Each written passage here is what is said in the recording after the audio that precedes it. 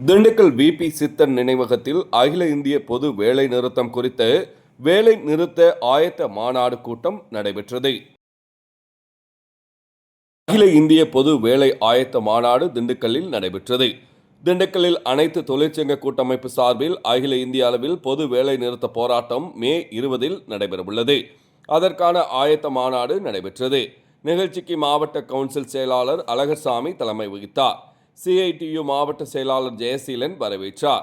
LPF மாநில அமைப்பு செயலாளர் தர்மன், சிஐடியு மாநில துணைத் தலைவர் சந்திரன், ஏஐடியுசி மாநில தலைவர் காசி விஸ்வநாதன், எச்எம்எஸ் மாநில தலைவர் கண்ணன், ஏஐசிசிடியு தேசிய செயற்குழு உறுப்பினர் பால்ராஜ், ஐஎன்டியுசி மாவட்ட தலைவர் கண்ணன், யூடியுசி மாவட்ட செயலாளர் தங்கபெருமாள் சிறப்புரை ஆற்றினர்.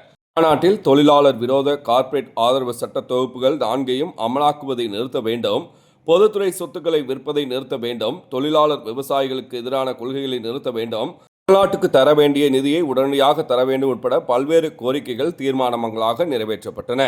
நிகழ்ச்சியில் பல்வேறு சங்க நிர்வாகிகள், போக்குவரத்து கழக தொமுச பொதுச் செயலாளர் பொன் செந்தில், சாலை தொழிலாளர் முன்னேற்ற சங்க தலைவர் ஃபஜ்லுல் ஹக், சிஐடியு மாவட்ட தலைவர் KR கணேசன், ஏஐடியுசி கௌரவ தலைவர் சந்திரமோகன், தொமுச கவுன்சில் தலைவர் சென்ராயன், முருகன், சையது இப்ராஹிம், ரவி, செந்தில்குமார் உட்பட பலர் கலந்து கொண்டனர். ஏஐடிசி மாவட்ட தலைவர் பாலன் நன்றி கூறினார். சனிக்கிழமை காலை 6 மணி அளவில் கிடைக்கப்பெற்ற தகவல்.